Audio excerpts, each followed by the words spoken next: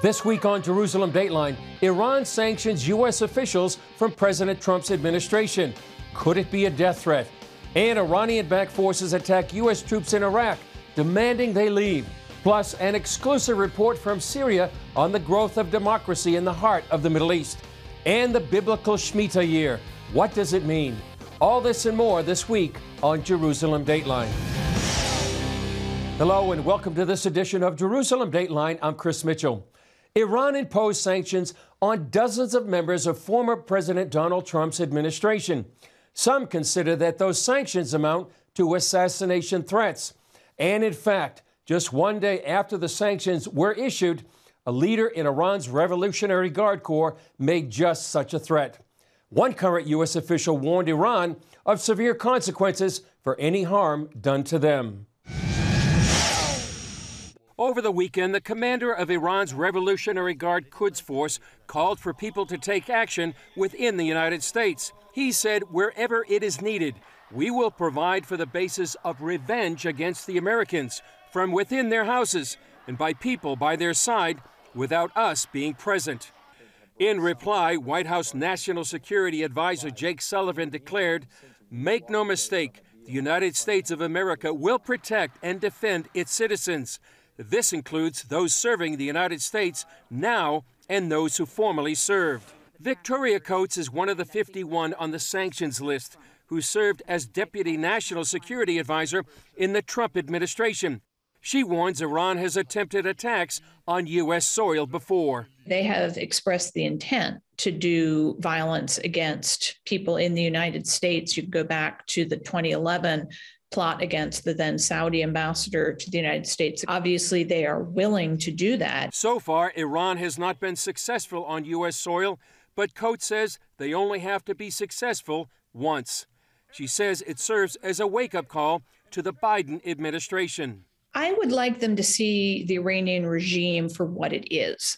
This is what they do. And so when you are attempting to negotiate with them, bear this in mind. The smiling face you see across the table from you is maybe not the real face of this regime. And look at their actions, not at their words or what they might be willing to say in Vienna. Coates warns about being too eager to enter into a nuclear agreement. In the meantime, talks resumed in Vienna to restart the Iranian nuclear negotiations. Israeli Prime Minister Naftali Bennett said Israel was not bound by the outcome of the talks. Israel will continue to maintain full freedom of action anywhere and at any time without restrictions. Former Israeli ambassador to the U.S. Congress, Yoram Ettinger, warns the U.S. administration is misjudging the Ayatollahs. They seem to believe that the Iranian leopard can be induced to change its spots. The current administration in Washington assumes that terrorism in general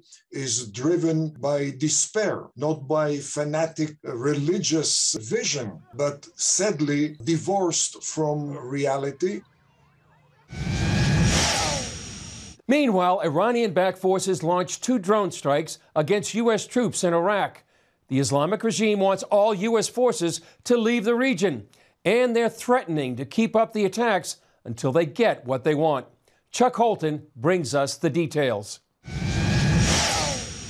On December 9th, 2021, the U.S.-led combat mission in Iraq came to an official end after 6,850 days. That momentous occasion, however, did not equal a ticket home for the 2,500 U.S. troops still stationed in the country. Neither did it signal a change of mission for 900 troops currently serving in Syria. I expect that we will continue to provide some limited support to the Iraqis going forward. But again, it's going to be essentially, by and large, it's going to be a non-combatant process. Remaining forces will pivot to a slightly different role, one they call advise and assist. They'll be providing support to Iraqi forces in the effort to stamp out the enduring vestiges of ISIS, which was officially defeated in 2017, but is lightly making a comeback. One neighbor clearly wants the U.S. out of the region. Still pursues a vision of ejecting us from the theater, and they see the principal battleground for that as being in Iraq. And I believe they are under the view that they can increase friction in Iraq to where we will leave and that will not affect the nuclear negotiations that are underway. That's not a military issue. That's an issue for U.S. national leadership. But I think it's a dangerous position for the Iranians to maintain, because I think they're not going to be able to decouple those two things. Iran's president recently called for former President Trump and his top advisors to be charged with the 2020 killing of Iranian General Qasem Soleimani. The then President of America, which is the main aggressor, murderer, and a criminal, must be prosecuted and killed. A sentence of God must be executed against him. During this massive memorial held in Tehran on the anniversary of Soleimani's death, American and Israeli flags were burned, and the familiar chant of "Death to America" echoed through the streets. Adding to regional instability, popular mobilization forces backed by Iran had been threatening violence if the U.S. did not pull out by the end of 2021. Now they're making good on those threats. Since the beginning of the year, missiles have been fired at U.S. bases in the region on an almost daily basis. So far, no injuries have been reported, as the killer drones were brought down by counter-rocket, artillery, and mortar batteries, which can fire more than 4,000 rounds per minute. The U.S. is now striking back in retaliation, which shows the combat phase of this conflict might not be over after all. For CBN News, I'm Chuck Holton. Coming up, a Frontlines report on the growth of democracy in the heart of the Middle East. After the fall of ISIS, a large part of Syria began to form a government based on democracy, women's rights, and religious freedom. It's called the Democratic Autonomous Administration. I talked with Nadine Mayenza, the chair of the U.S. Commission on International Religious Freedom, while she was visiting the region, about this remarkable land in the heart of the Middle East. You're there in northeast Syria. Tell us about this story that's going on there that many people in the U.S. May not know or understand why it's so important. So 5 years ago, the ISIS caliphate ruled this part of Syria. And, the Syrian Democratic Forces partnered with the U.S. government, and they liberated these areas from ISIS. And as they liberated areas from ISIS, what people don't know is that they were also setting up the people of this region self-governance called the Autonomous Administration of North and East Syria that has produced now this government that gives everyone a seat at the table, regardless of ethnicity, religion, or gender. So you have 50% of the leaders women. You have Christians, Yazidis, Turkmen, Circassians, all sorts of ethnicities and religions participating. And it's produced what USERF has called out as being these remarkable religious freedom conditions and gender equality that is just unseen anywhere else in the Middle East. Yeah, so this is a unique situation, something we don't see in the region. Here, we have churches of converts from Islam to Christianity, and it's just not seen anywhere else. So it's really exciting to see freedom of religion or belief lived out. And of course, people that don't want to believe at all, because as we know, you have to have both, right? You have to be able to believe or not to believe. Mm-hmm. And this is a place where you can do either, and they all work together and are really working hard towards a more pluralistic community. But this area is also under threat. You put a tweet on the other day about a Turkish attack. Can you describe what threats they're facing right now, particularly from Turkey? So Turkey has decided all these people are terrorists, and has invaded 3 times now and has taken quite a bit of land up north, including a friend, Tel Abyad, Sarakani. And in these areas that Turkey has invaded and governs, USERF is called out because the conditions are very similar to how they were under the ISIS caliphate. We're seeing rapes, murders, killings, kidnappings, extortion, destruction of religious sites, particularly against Christians, Yazidis, and Kurds and women in those communities. So there's these horrific atrocities against religious minorities happening that used to have religious freedom. And so Turkey continues to shell. And when the day I got here, it was such a disappointment to find out that Turkey had actually used a drone to target civilians, killing one, injuring 11, including a 4-year-old boy who lost his leg. So these are the kind of things the people of Northeast Syria are putting up with from Turkey, and the international community, the U.S. government, and needs to push them back to stop. Yeah, what exactly would you like to see the U.S. government and the international community do in response to these attacks? Well, clearly, I think the U.S. has a whole lot of levers they can use with Turkey economically, diplomatically, to push them back. And I think they have, because I know that Turkey wanted to invade again. In fact, they said they were going to invade again, and they haven't. So I know the U.S. government doesn't want to see that happen. I do hope that as we're speaking, that there is some diplomatic action happening or some threats of economic sanctions to push Turkey, who's a NATO ally, should not be acting this way against civilians. Would you like to see the U.S. Recognize the administration there? Absolutely. In fact, at the U.S. Commission, we've made some really powerful recommendations, and we're very single focused on religious freedom. We don't pick winners and losers because we like them. You know, I supported the Thomas administration before I even visited. So, and obviously since I've come here and gotten to know them, I like them even more, and I'm more impressed by their commitment to tolerance and you know, building interfaith relationships. But our recommendations are to give recognition to the autonomous administration as a local legitimate government. And how can people pray for what's going on there? Well, people can pray that first of all, that the Christians and religious minorities here would have the strength to endure, you know, the continued struggles and persecutions they have. Pray for leadership here to be able to have wisdom, and for the U.S. government to be able to make the kind of hard choices.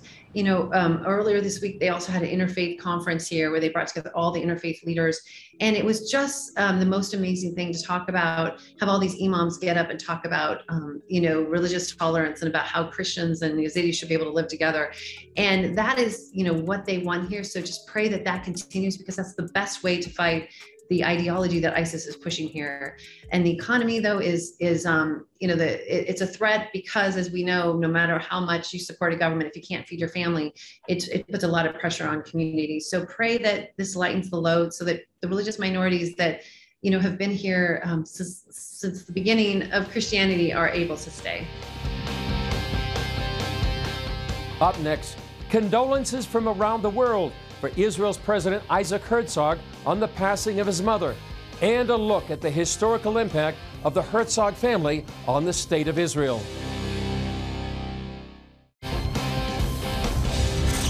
U.S. President Joe Biden and leaders from around the world sent their condolences to Israeli President Isaac Herzog on the passing of his mother. Ora Herzog, who was 97, was laid to rest in the Great Leaders of the Nation section at the Mount Herzl Cemetery. Ora was the wife of Chaim Herzog, Israel's 6th president.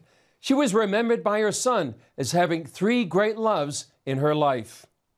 First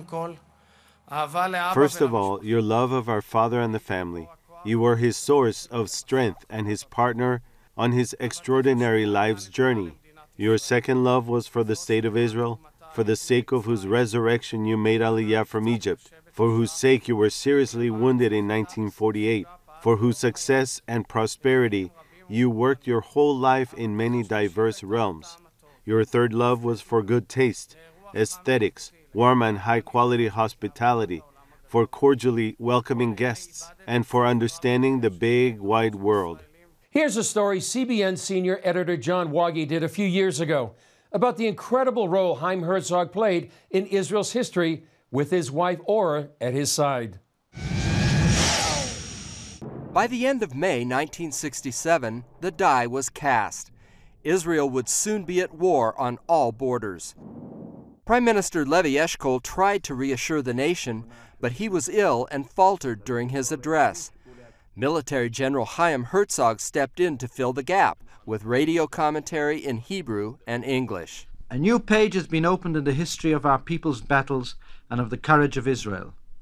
And deep in the heart of each and every one of us at this moment, when we think of those engaged in the struggle, there is, irrespective of whether we normally pray or not, a prayer that the guardian of Israel shall neither slumber nor sleep. During the Six-Day War, Chaim Herzog didn't just calm the nation. He became Israel's first military ruler over Judea and Samaria in more than 2,000 years. He was also a powerful presence as UN ambassador and later as president of Israel. Chaim Herzog died in 1997, but his legacy lives on. His son Isaac was only 7 when the war broke out. Still, he remembers the prevailing fear. What we know is that there was a period of awaiting about 3 weeks before the war, where the national mood was Auschwitz. Israel is going to its second Holocaust. Whoever leaves last should turn off the light and leave the country. That was the mood. Isaac's older brother Michael, now a retired major general, was 15 at the time. He says there's no doubt Israelis were concerned about the nation's survival. So I still remember ourselves, like many other people in Israel, digging trench in our backyard because we expected that we would be shelled, and we were shelled. Tel Aviv was shelled by the Jordanians during the Six-Day War. The young people who have abandoned the cafes of Dizengoff Street and the discotheque, the farm boys, the yeshiva students, the members of the youth movements, the boys of the immigrant townships, all are at this moment shoulder to shoulder fighting in the air, on the land, and on the sea for our right simply to live. You know what's interesting is we hear a lot today about the term fake news and that kind of thing. 67 was a banner year for fake news, especially in Egypt and in Syria, and your father was kind of counteracting that to a people that didn't know really what was happening. They had to hear the truth. We would hear what was called Kol Kahir, Voice of Cairo, and they would speak in Hebrew, and they would say the worst things. We're going to throw you to the sea. I guess you heard it. They said terrible things, and there was anxiety, but he provided very professional analysis. He first of all, he knew the situation. I am broadcasting from Jerusalem to the sound of heavy shelling. A strange form of quiet and anticipation has fallen along the front line, a quiet that may foretell great tidings. He would broadcast 3 times a day. He would also broadcast in English, so there were both BBC and others, but the 3 times a day you would walk in the streets of Tel Aviv and you would hear his voice throughout the city, people just listening, stopping and listening. And it was awesome. I heard his voice in the trench. I heard my dad, my mom brought a little radio, and we would hear him in the trench, and he calmed us down. I was told by soldiers in the front lines, and they would listen to him, and I was told by quite a few of them that this really boosted their morale before going into battle. Just one day into the war, Israel's Air Force virtually destroyed the capacity of Egypt, Syria, and Jordan to strike from the air. On the ground, Israel's army penetrated deep into the Sinai and pushed toward Jordan on the West Bank. By day 3, Chaim Herzog could tell the nation the unthinkable. After 2 millennia, Jerusalem was back in Jewish hands. The miracle of our generation continues, as does the brilliant campaign, the like of which there is no record of in the history of Israel, and perhaps in the history of the nations, and which has achieved today what millions of Jews throughout the generations have prayed for. We live in a very different era than 1967, but in my mind, what our father, the impact his broadcast had on the national morale is reminiscent of the impact that Churchill's broadcast had on British morale during World War II, and that was very significant. And indeed the saying goes, Jerusalem is a gift of the whole land of Israel. On the altar of the Temple Mount and Mount Moriah, the people of Israel offered up today priceless sacrifices which swell the toll of sacrifice by earlier generations. Our victory was not lightly achieved, and at this moment it is well that we remember those who offered up their lives for the glory of the Almighty and the nation. John Wagi, CBN News, Jerusalem. Up next, a biblical look at the concept of Shmitah, letting the land itself have a Sabbath rest. Thank you for watching Jerusalem Dateline. We're committed to providing you with unbiased reporting from the Holy Land.